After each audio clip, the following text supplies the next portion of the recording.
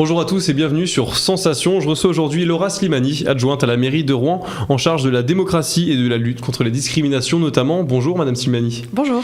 Alors le 10 mai dernier, la ville de Rouen a installé une stèle en mémoire des victimes de l'esclavage et de la traite négrière sur ses quais. Donc on va parler de ça aujourd'hui, c'est notre sujet du jour. Premièrement, pourquoi avoir choisi les quais comme lieu de commémoration, si on peut dire, pour poser cette plaque ?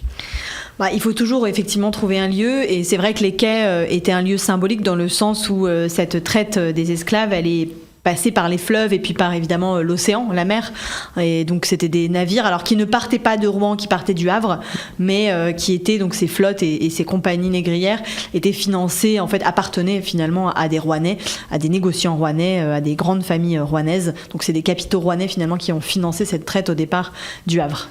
Quel est l'objectif derrière cette installation de cette stèle en mémoire de la traite négrière ? L'enjeu pour nous, c'était de faire connaître en fait cette histoire vraiment passée sous silence, en tout cas très peu connue, des liens entre Rouen et l'esclavage, du fait que la ville de Rouen a à la fois donc un certain nombre de personnes, en tout cas de familles importantes, ont financé cette traite négrière, et puis en ont évidemment donc s'en sont enrichis, puisque c'était un commerce extrêmement lucratif. Et puis c'est aussi de raconter l'histoire économique de notre territoire un peu différemment. On a un territoire qui s'est beaucoup basé sur l'industrie, qui s'est construit autour de l'industrie textile, et cette industrie textile, quand elle a fleuri au 18e, 19e siècle, eh bien, c'est aussi grâce au coton cueilli par les esclaves, notamment aux États-Unis et en Amérique. Et donc, on s'est aussi enrichi de cette traite. Donc, l'idée, c'est de raconter cette histoire aux Rouennaises et aux Rouennais pour qu'ils la connaissent et pour qu'ils aient une vision de leur histoire qui soit pas tronquée, mais qui soit bien entière. Le 10 mai, surtout, c'est la journée nationale des mémoires de la traite négrière et de l'esclavage et donc de leur abolition. C'était symbolique de faire ça ce jour-là ? Oui, et évidemment, l'enjeu, c'est d'utiliser aussi ces dates pour mettre du contenu derrière, pour pas uniquement commémorer, mais en tout cas savoir ce qu'il y a derrière cette histoire, qui est l'histoire d'un crime contre l'humanité, qui a mis en esclavage plus de 10-15 millions de personnes. Et donc, effectivement, de faire connaître cette histoire encore une fois. Il y a des scolaires qui sont venus, des adolescents qui sont venus assister à cette déambulation qu'on a fait dans la ville et au dévoilement de cette stèle. Et puis il y aura dans les années qui viennent aussi beaucoup d'autres initiatives pour faire connaître cette histoire encore trop peu connue. Vous avez évoqué la déambulation dans la ville justement à ce sujet-là. Comment et par qui elle a été organisée cette déambulation et dans quel objectif ? C'est une initiative de la ville qui a été organisée en partenariat avec les Balades Rouennaises, Aurélie Daniel qui est conférencière et qui travaille aussi beaucoup sur l'histoire des femmes. Tout ça s'inscrit dans une démarche qui s'appelle le débat des mémoires qu'on a lancé à la ville de Rouen depuis 2 ans et qui vise justement à mettre au jour des parts de notre histoire, des périodes, des groupes qui ont été effacés, oubliés ou en tout cas passés sous silence dans notre espace public. Et donc l'enjeu, c'est de s'approprier l'espace public avec l'histoire du 21e siècle, c'est-à-dire celle qui regarde en face ce crime contre l'humanité, celle qui regarde en face la contribution des femmes à la société, celle qui regarde en face aussi l'émigration, la guerre d'Algérie par exemple. On a organisé des manifestations aussi sur ce sujet au mois de mars. Donc voilà, nous ce qu'on veut, c'est regarder en face notre histoire, le regarder en tant que Rouennaises et Rouennais pour pouvoir mieux vivre ensemble aujourd'hui, comprendre d'où viennent ces migrations, d'où viennent ces inégalités, d'où vient la société telle qu'elle existe aujourd'hui. Et pour ça, on a besoin de regarder en face l'histoire.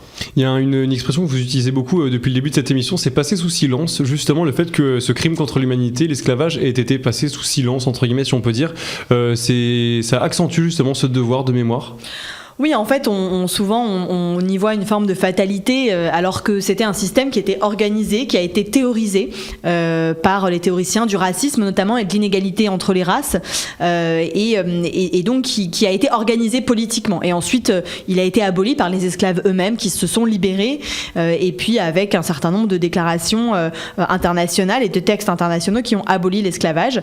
Mais c'est important, effectivement, de ne pas passer sous silence cette histoire, de se rappeler ces fondements aussi, qui est notamment le racisme et la théorisation, encore une fois, de l'inégalité des races, qui s'est retrouvée aussi au XXe siècle. Donc on voit bien finalement, c'est quelque chose qui est jamais complètement derrière nous. Et c'est important justement de se souvenir de ce sur quoi ça s'est appuyé pour éviter de reproduire ce type de crime à l'avenir.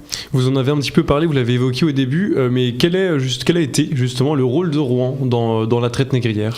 Oui, un rôle financier notamment, avec encore une fois les capitaux rouennais qui ont financé la traite des les esclaves au départ du Havre. Et puis Rouen en a bénéficié aussi sur le plan économique. Donc c'est ces deux aspects que nous souhaitons faire connaître par le biais de cette initiative. Avec le temps, on a pu observer l'apparition de beaucoup de monuments commémoratifs, donc que ce soit pour la Shoah, donc le génocide envers les Juifs ou autre, mais pour l'esclavage, il y en a quand même beaucoup moins pour ce qui est de l'Hexagone, la France hexagonale en tout cas. Comment expliquer cette différence ? Oui, même la ville de Rouen finalement fait cette démarche un peu tardivement par rapport à d'autres villes qui l'ont faite depuis plus longtemps. Je pense à Nantes ou à Bordeaux par exemple.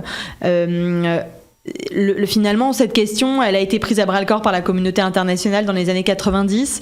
Il y a eu la loi Taubira qui a aussi reconnu l'esclavage comme crime contre l'humanité et qui a en fait lancé un peu ce mouvement commémoratif. Mais c'est vrai que la mémoire, en fait, c'est finalement, c'est quelque chose qui se conjugue au présent. Et c'est, je pense, les Rouennaises, c'est pour ça qu'on appelle ça débat des mémoires. Pour nous, c'est un enjeu démocratique aussi de se saisir de ce passé qu'on a parfois oublié, nié, pas vu, pas appris à l'école non plus, et de voir et de le mettre au jour finalement. Et en fonction des époques, on a plus ou moins travaillé sur certains sujets. Et je pense que le fait qu'aujourd'hui, en tant que société, en tout cas, on essaye de mettre derrière nous la question du racisme, par exemple, ça nous pousse aussi à regarder quelles sont les racines de ce racisme et donc à commémorer, à encore une fois se souvenir de cette histoire, à comprendre ces mécanismes pour pouvoir mieux les combattre aujourd'hui. En 2005, le département a engagé une vaste démarche visant à défendre, valoriser et soutenir surtout le devoir de mémoire et ce dans l'ensemble de ses dimensions. Est-ce qu'aujourd'hui à ce niveau-là on peut dire qu'il y a eu des avancées ? La mémoire, elle se construit en permanence en fait. C'est quelque chose qui est infini et donc oui, le département a fait un travail sur un certain nombre de sujets. À l'échelle de la ville de Rouen, on travaille beaucoup sur la question de l'histoire des femmes, par exemple. Il y a beaucoup de femmes rouennaises qui ont joué un rôle très important dans notre histoire et qui sont complètement inconnues du grand public et pourtant qui méritent d'être de l'être. On travaille sur la question de la guerre d'Algérie, par exemple, qui, je l'ai dit, a marqué aussi notre histoire récente et continue en fait de traverser aussi les vies en fait des Françaises et des Français, que ce soit des descendants de pieds noirs, d'appelés ou des descendants d'Algériens venus en France par la suite. Donc cette histoire, elle se conjugue aussi au présent et on essaye de démultiplier ces initiatives, en tout cas nous à l'échelle de la ville, et évidemment on le fait avec beaucoup de partenaires, que ce soit le département, que ce soit les musées aussi qui travaillent sur la question de l'esclavage par exemple. Donc voilà, c'est un travail qui se fait de manière collective. Pour ce devoir de mémoire, pour l'accentuer d'autant plus, il y a un travail à faire avec la jeunesse notamment. Et en Outre-mer, au niveau du programme des collèges et des lycées, on apprend assez tôt l'esclavage. Il y a beaucoup de chapitres qui sont dédiés à ça en histoire. À l'inverse, dans la France hexagonale, beaucoup moins. J'ai pu discuter un petit peu avec des étudiants, des lycéens d'ici, et le programme est beaucoup moins abordé sur ce niveau-là. Est-ce qu'en France, justement, le sujet n'est pas assez traité et mis en avant chez les jeunes, selon vous ? Oui, en fait, on a une histoire aujourd'hui qui est encore enseignée à l'école d'une manière très eurocentrée, on va dire, et qui n'a pas forcément pris en compte effectivement assez l'histoire des dominés. En fait, l'histoire, elle est racontée aussi par les dominants, par ceux qui ont gagné l'histoire. Et petit à petit, évidemment, il y a des historiens qui travaillent aujourd'hui sur les groupes qui ont été dominés, qui ont été opprimés, que ce soit les femmes, les personnes racisées. Et effectivement, l'histoire qu'on apprend à l'école, elle est encore trop eurocentrée, même si ça évolue quand même ces dernières années. Mais par contre, c'est vrai que c'est complètement paradoxal que finalement dans les territoires où il y a beaucoup de descendants d'esclaves, on apprend plus l'histoire de l'esclavage que dans les territoires dans lesquels il y a des descendants d'auteurs de ce crime contre l'humanité. En fait, on devrait partout apprendre ce qui s'est passé dans notre histoire. Il y a aussi d'autres stèles qui pourraient voir le jour aussi près de lieux symboliques de la ville, donc toujours sur ce sujet-là, comme le palais de justice par exemple. Est-ce que c'est d'autant plus important de multiplier du coup les actions de ce type-là et de pas seulement poser juste une stèle sur le quai ? Oui, je pense qu'il y a un enjeu à montrer dans la ville, encore une fois, une histoire qui jusqu'à présent n'y a pas sa place.